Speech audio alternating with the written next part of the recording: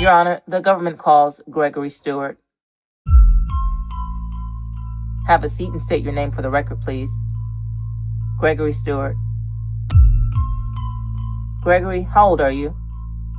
25. And where did you grow up? In the 9th Ward. And where in the 9th Ward? On G Strip. And where is the G Strip? Gallier and Urquhart between Marais. And why are you in jail? For murder. You're also on drug charges too, correct? Yes. And was there a wiretap on you as well? Yes, sir. I'm going to come back to that in a little bit. Did you grow up on the G Strip? Yes. And where did you go to school?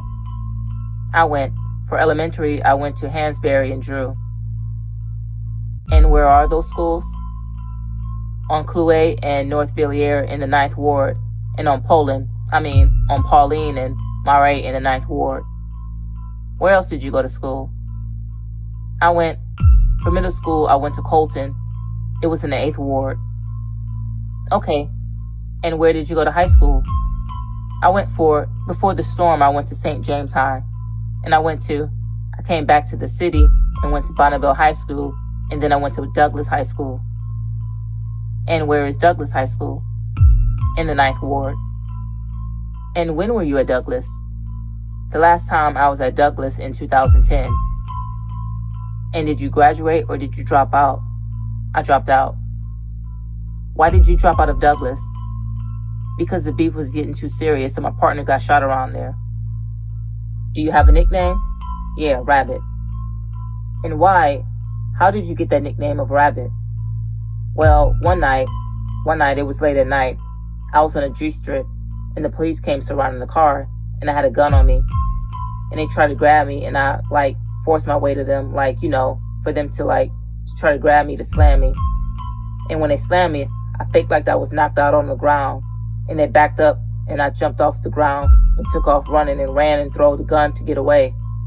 And after that, my partner Louis Daniels started calling me Rabbit after that.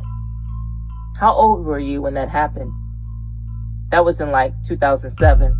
So that was almost 10 years ago. So I was around 15. When did you start selling drugs? Since I was 11, I used to be doing petty hustling. And describe to the jury what petty hustling is. Petty hustling, I'm trying to just make money just to get shoes and stuff, just to be, good for school, just a little money in my pocket and things like that. And where, as an 11-year-old, what kind of drugs were you selling? I was selling weed. I was selling weed most of the time, but I was selling a little crack, $2 rocks and $3 rocks and stuff like that. And how does an 11-year-old sell drugs? Around my way, that's what it is. A lot of dudes sell drugs. And it's normal. It ain't nothing it's different or nothing like that because everybody do the same thing. It's just that, you just really just manage to try to take care of yourself. I used to tap dance and all of that. It's just a hustle that I tried to take care of myself. And you said you used to tap dance. What do you mean? Where? On Bourbon Street. I used to put taps on my feet, bottle tops on my feet, and tap dance and make a sound effect to make money. As an 11-year-old, you sell to drug users. Is someone young more likely to get played or not? No, well, it's an advantage to them because rockheads play games. They do anything for money. And they used to try to get me out my money, out my drugs to the first come, give them something to the first come, but I don't do that. I just want my money up front. And what do you mean, give them some to first come? What does that mean? First checks come out, the first checks come out around the first, and that's mostly all rockheads, drug users, they get first checks. So is that a check from the government? Yeah, that's a check from the government. Okay, and then they can buy drugs with that money on the first of the month? Yes. When did you learn to drive a car? I've been learning. I've been driving a car since I was young because all my friends older than me.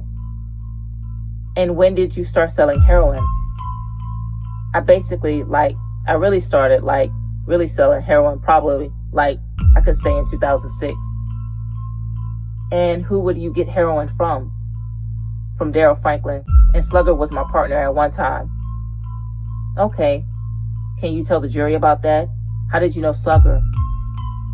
Well, Slugger, that was Breezy partner, Daryl Franklin, and I met him through him. So they seen that I was young and that I had a heart.